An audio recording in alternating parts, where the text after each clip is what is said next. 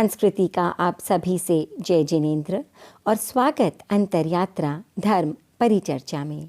हम चर्चा कर रहे थे आचारांग सूत्र की।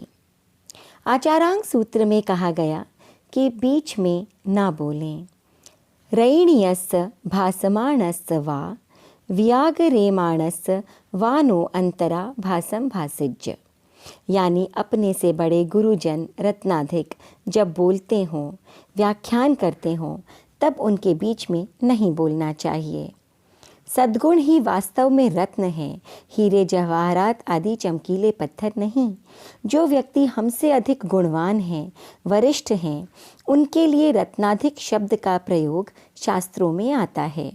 रत्नाधिक गुरुजन जब बोल रहे हों, चर्चा कर रहे हों या व्याख्यान दे रहे हों, तब विनीत शिष्य का कर्तव्य है कि उनके बीच बीच में ना बोलें। सभ्यता का यह नियम है कि सामने वाला व्यक्ति अपनी बात जब तक पूरी ना कर ले तब तक हम मौन रहें, उसकी बात सुने तथा उसकी बात पूरी हो जाने पर अपना मुंह खोलें या जवाब दें। गुरुजनों के विनय में सभ्यता के इस नियम का अधिक सावधानी से पालन करना चाहिए। बहुत से लोगों को बीच बीच में बोलकर बात काटने की बुरी आदत पड़ जाती है। समझदार व्यक्ति इस बुरी आदत से दूर रहते हैं। यदि हमारे अंदर ये आदत है तो इसे शीघ्र छोड़ने का प्रयत्न करना चाहिए। आचारांग सूत्र में कहा गया, जस्य नत्थि पुरा पच्छा मज्झे तस्य कुओसिया, यानी जिसके आगे पीछे ना हो उसके बीच में भी कैसे होगा।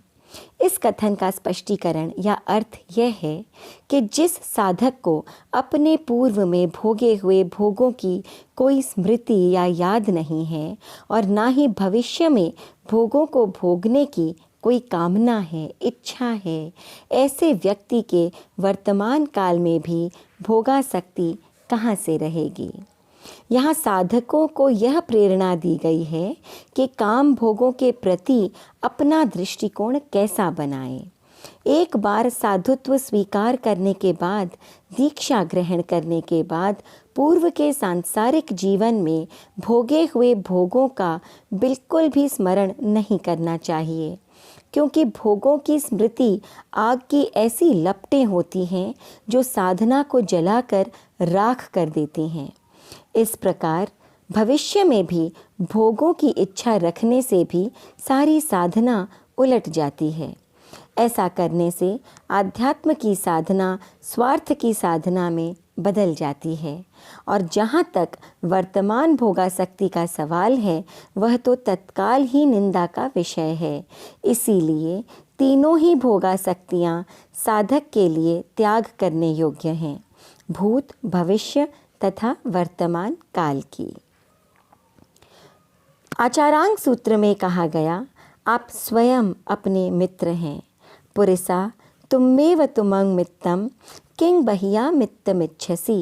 हे पुरुष, तू स्वयं ही अपना मित्र है, जो बाहर अन्य मित्रों की खोज तू क्यों कर रहा है। जो साधक अपने कर्तव्य के मार्ग पर डटा हुआ है, उसे दूसरों की मदद मिले या न मिले, वह इसकी परवाह नहीं करता।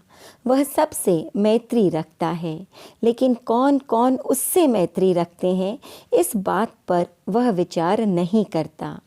मित्रता रखने वालों के साथ मित्रता रखना यह तो एक व्यापार है, व्यवहार है, क्योंकि जो हमारी सहायता करते हैं, हमारे काम आते हैं, हम भी उनकी सहायता करते हैं, उनसे मैत्री भाव व प्रेम भाव रखते हैं। यह सांसारिक प्रवृत्ति है।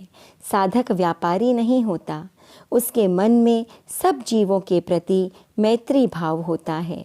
वह स्वयं अपनी आध्यात्मिक उन्नति करता है और अन्य जीवों की भी आध्यात्मिक उन्नति में सहायक बनता है।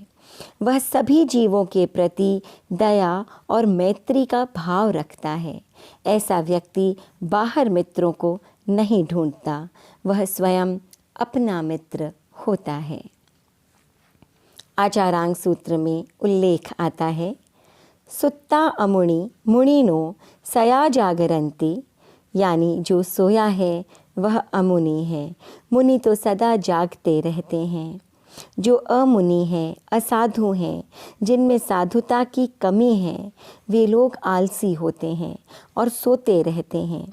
और जो सोते हैं उनकी आंखें बंद रहती हैं, उन्हें कुछ दिखाई नहीं देता। इसी प्रकार जो असाधु हैं उनके विवेक चक्षु बंद रहते हैं और इसीलिए उन्हें अपने कर्तव्य अकर्तव्य का भान ही नहीं रहता। वे दुविधा में, असमंजस में, पसोपेश की स्थिति में रहते हैं। इसके विपरीत जो मुनि हैं, साधु हैं, साधना के पथ पर चलने वाले हैं, वे सदा जागृत रहते हैं। उनके विवेक चक्षु खुले रहते हैं। कोई न कोई कर्तव्य सदा उनके सामने खड़ा रहता है। एक कर्तव्य पूरा होने पर दूसरा तथा दूसरा पूरा होने पर तीसरा सामने आता रहता है और वे सदा उसका पालन करने में व्यस्त रहते हैं। इसी दृष्टि से कहा गया कि अमुनि सदा सुप्त रहते हैं और मुनि सदा जागृत।